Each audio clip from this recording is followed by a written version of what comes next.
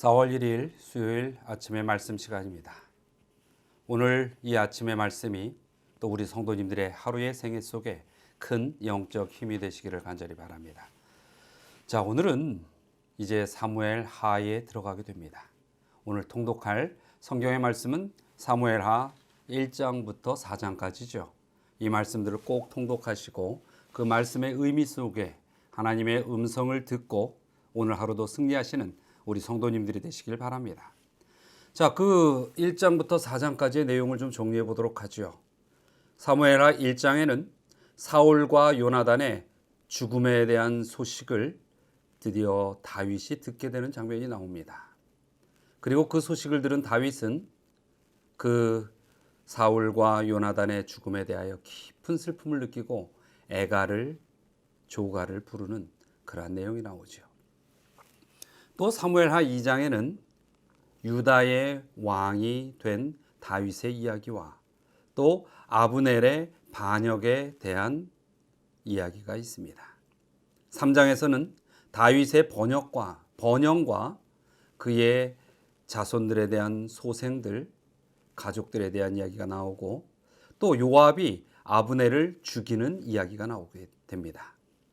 사무엘하 4장에서는 사울의 아들인 이스보셋의 아주 비참한 죽음의 장면이 기록되어 있습니다. 자, 어느덧 사울의 시대는 끝나고 다윗의 시대가 이제 열리는 그러한 역사적인 장면이 사무엘하 1장으로부터 시작됩니다. 그래서 본격적으로 이 다윗이 왕으로서의 삶이 어떠했는지를 우리는 사무엘하를 통하여 알아갈 수 있을 것입니다.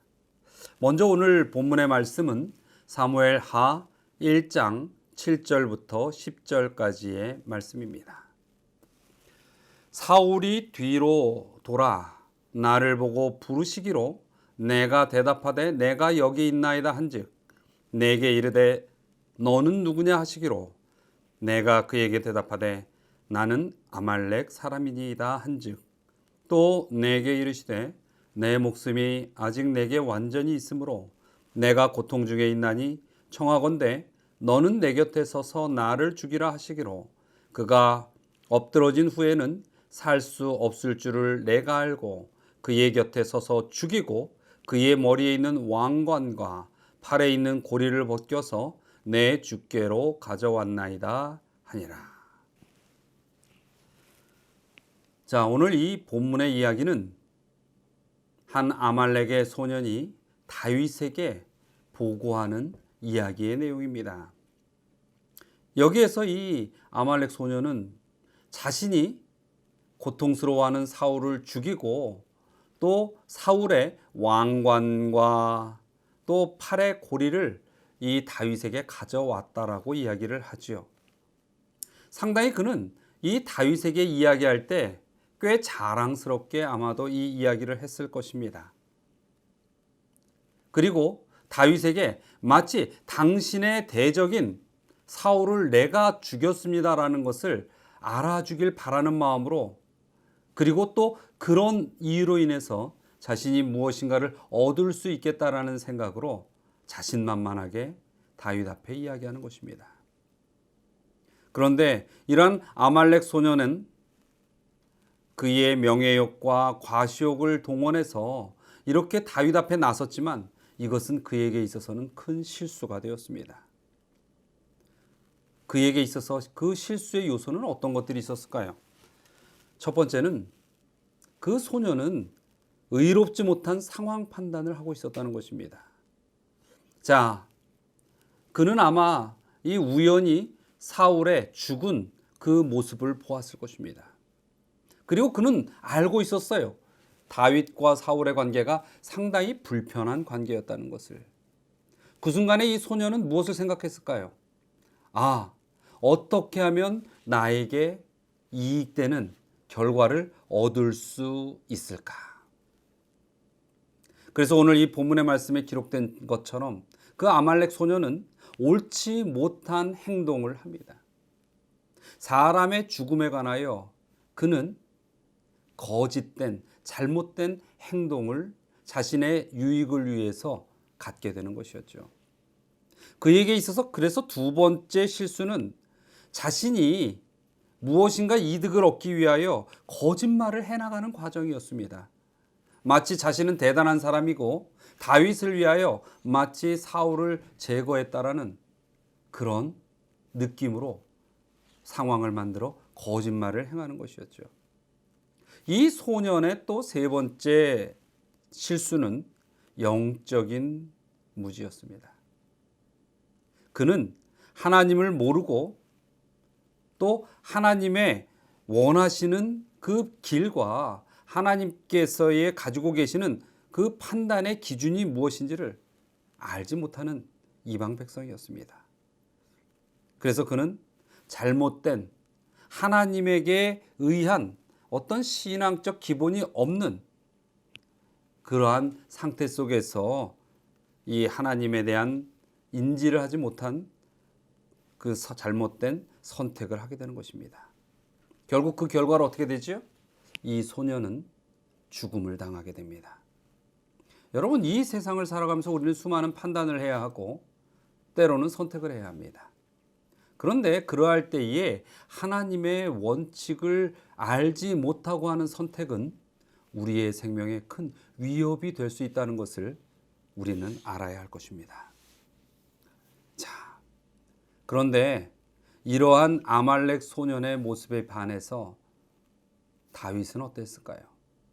사울과 요나단의 죽음의 소식을 들은 그 다윗의 모습은 이 소년이 보여줬던 아주 그릇되고 야욕에 가득 차고 사람의 생명과 하나님의 뜻을 경시 여기는 그러한 모습에 반해서 다윗은 전혀 다른 모습을 우리에게 보여주고 있습니다. 여기서 이 다윗의 품성이 드러나게 됩니다. 다윗은요, 비록 사울이 자신을 죽이려 했고 사울과의 관계 속에서 많은 어려움이 있었지만 하나님의 기름 부음 받은 자인 사울에 대한 존중감이 있었습니다. 그래서 그는 자신의 정말 이 형제보다도 더한 그러한 버친 요나단의 죽음은 슬퍼했을 것은 당연한 것이죠. 그러나 그것뿐만이 아니고 사울의 죽음에도 다윗은 애통해했다는 것입니다. 한 번은 우리나라 일간지에 평균 품격 지수라는 제목의 기사가 보도된 적이 있었습니다. 그것은 국민이 매긴 우리 사회의 평균 품격 지수가 어떻게 되느냐라는 그런 내용이었어요. 그런데 여기에는 특히 사회 지도층의 품격 불량을 비난하는 목소리의 내용이 상당히 많이 실려 있었습니다. 정치 지도층이 쓰는 언어의 품격 지수는 28점이 나왔다고 합니다. 100점 만점에 말이죠. 그래서 이 조사 항목 중에서 가장 밑바닥이었다고 합니다. 노블레스 오블리주, 즉 이 사회적으로 높은 지위에 있는 사람들이 그에 걸맞는 도의적 의무를 일컫는 말이죠. 이 노블리스 오블리주에 대한 평점도 우리나라의 평균 29점에 머무르다고 합니다. 그리고 이 사이버 공간, 인터넷상에서 댓글이나 이러한 것들을 다는 부분에 있어서 네티즌의 품격도 불과 32점에 불과했다고 합니다. 여러분, 우리는 우리가 보여지는 곳, 그런 곳에서 우리의 아름다운 그리스도인의 품격을 나타내야 하는 것은 당연한 것입니다. 그러나 여기에서 이야기한 이 신문 기사에서 이야기하듯이 진정 우리의 품격 지수라는 것을 따져볼 때 그러한 품격 지수는 보이지 않는 곳에서도 드러나야 하는 것이 품격 지수의 모습일 것입니다. 우리의 품격 지수는 얼마나 될까요? 그런데요, 그리스도인들에게 있어서는 또 다른 하나의 품격 지수를 따져봐야 합니다. 그것은 바로 영적 품격 지수입니다. 우리는 하나님을 믿는 사람들로서 영적 품격 지수가 높아야 합니다. 영적 분별력과 하나님의 영역에 대한 온전한 인식과 그것에 대한 학습과 그것에 대한 내면함이 영적 품격 지수를 높일 수 있을 것입니다. 좀 더 자세히 설명하면은 우리가 다른 이들이 보든 보지 않든 그리스도인으로서 올바른 양심을 가지고 생각하고 판단하고 행동하는 것이 매우 중요하다는 것입니다. 그리스도인이기 때문에, 내가 교회의 집사이기 때문에, 장로이기 때문에, 목사이기 때문에, 이러한 어떠한 조건적 환경 때문에 보여지는 모습을 만들어내는 것은 옳지 않다는 것입니다. 그러한 내 위치나 이 사회적 어떠한 나의 신분에 대한 것들을 고려하지 않더라도 그리스도인으로서의 올바른 모습이 드러나는 것, 생각지 않아도 그렇게 판단하는 것, 그리고 어떠한 이 죄의 영역 속에 있는 것들이 밀려올 때에 고민하지 않아도 하나님의 방법대로 선택되는 것, 이런 것들이 영적 품격 지수가 높은 사람이라고 이야기할 수 있는 것입니다. 여러분, 그러기 위해서는 우리는 항상 마음속에 간직하고 훈련되고 또 그렇게 연습하며 살아가야 하는 모습이 있습니다. 그것은 무엇이냐면 오늘 이 다윗이 보였던 이러한 자세를 가져야 한다는 것입니다. 하나님께서 특별히 구별한 것들에 대하여 그 상태가 어떠하든지 존중감을 가질 줄 알아야 한다는 것입니다. 비록 사울이 정말 타락한 왕이었지만은 그의 생명에 대하여 다윗은 결코 탐하지를 않았습니다. 사울은 자기를 죽일 수 있을지언정 자신은 사울을 죽일 마음이 없었던 것입니다. 이것이 바로 사울 이후에 이 이스라엘의 왕으로 하나님께서 세우실 수 있었던 다윗의 품성인 것입니다. 여러분이 교회에 대하여도 그러한 입장을 분명히 가지셔야 합니다. 때로는 교회가 그 구성원들의 잘못된 선택이나 어떠한 믿음의 연약함으로 인하여 흔들리고 잘못된 방법을 선택할 때가 종종 있을 때도 있습니다. 그러나 그러한 어느 때에 어떠한 모습을 보일지라도 그것이 교회 자체를 하나님의 백성들이 부인하는 이유가 되어서는 안 된다는 것입니다.